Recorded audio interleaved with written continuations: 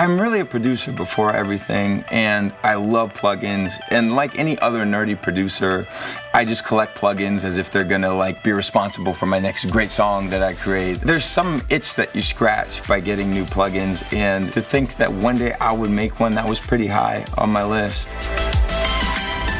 Even as I've gotten to be a pro, quote unquote, I really like simple plugins.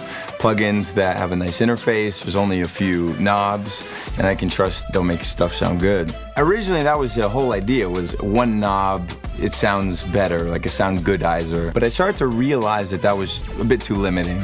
You really couldn't find one setting for a kick that's also gonna work on a vocal. So, started to snowball a little bit, and I said, well, what if there's 5 settings?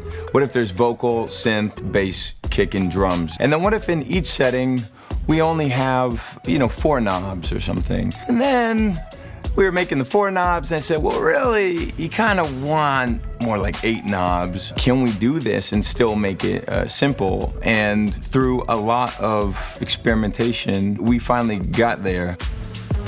So when you first open up the plugin, you're gonna see on the top here are your main categories of instruments.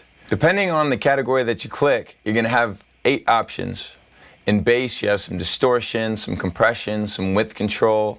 In drums, you get transients, details, air, kick, again, transients, air, pressure, synths, details. So some of the parameters are shared between instruments, but the buttons actually still do different things. They're gonna be tailored to the specific instrument page that you are on. So the first thing that we're gonna look at is this song starter.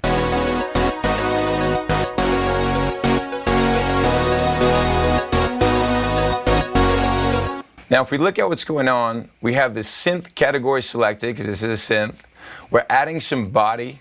We're adding some presence. Presence is an EQ curve that I've designed for synths that I think works well to make it poke out of a mix. We have air, which gives you nice sizzling high frequencies. We have the exciter, which is exciting the sound in a multi-band way. So it's essentially saturation that's helping out some of the highs, helping out some of the mids. Details is one of my favorite parameters.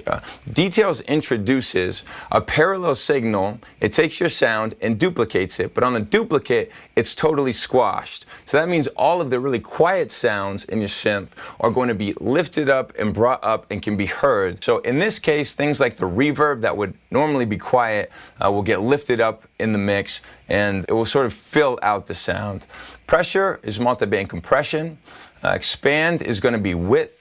It does some stereo imaging, especially accentuating the mids and the highs. And glue is simply glue compression. So if we look at our signal, by using the waveform, we can actually look and see that it's got a lot of dynamics, and as we increase the mix,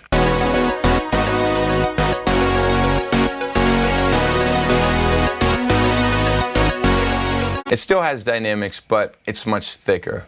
So if you compare it to before we added KSHMR Essentials to afterwards,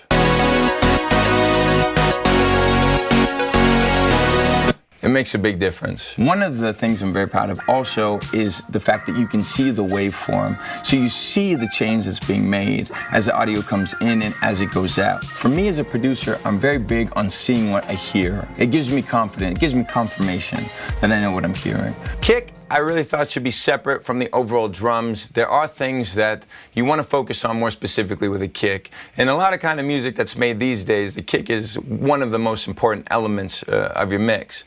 So lumping it in with just drums didn't feel right. So if we look at what the kick is doing, we have sub. This lets you pick a target frequency. If you know what the root note is of your song, you probably want to go with that. These mids allow you to create a bit of a dip or an increase in the mids, depending on what you feel it needs. Sometimes kicks have a little bit of a boxiness.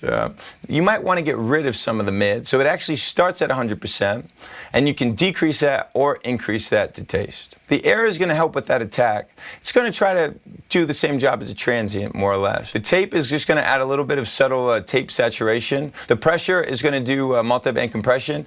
This, I think, works for harder kicks, things like big room kicks and hardstyle kicks, where you really want to bring the tone and some of the grit grittiness out of it. Compression, this is just going to be a simple compressor. Now with the width, it starts at 100%. You can decide whether to add width if you're doing some crazy hardstyle thing, or you can decrease width to make sure that your kick isn't too wide, which generally should be the case, shouldn't be too wide.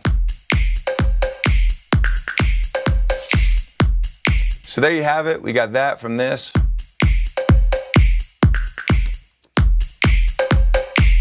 I think that sounds better. I think for young producers out there, it will help skip through some of the fluff. I'm really hoping that it just helps get the kind of silly part of production out of the way, which is you might have a good idea, but it just doesn't sound like a finished song. You just don't maybe understand some of the basics of production, EQing things the right way, compressing the right way. And it's not perfect, and it's not maybe as advanced as some people would want. And there are, of course, EQs for that. I mean, music should be about great ideas. So if a kid is an interesting kid, he's got an interesting brain, interesting ideas. These things like EQ and compression, forget what the purists say, they shouldn't be an obstacle for him. He should be able to express those ideas, and if I can help him do that quicker, then that's the whole point of it.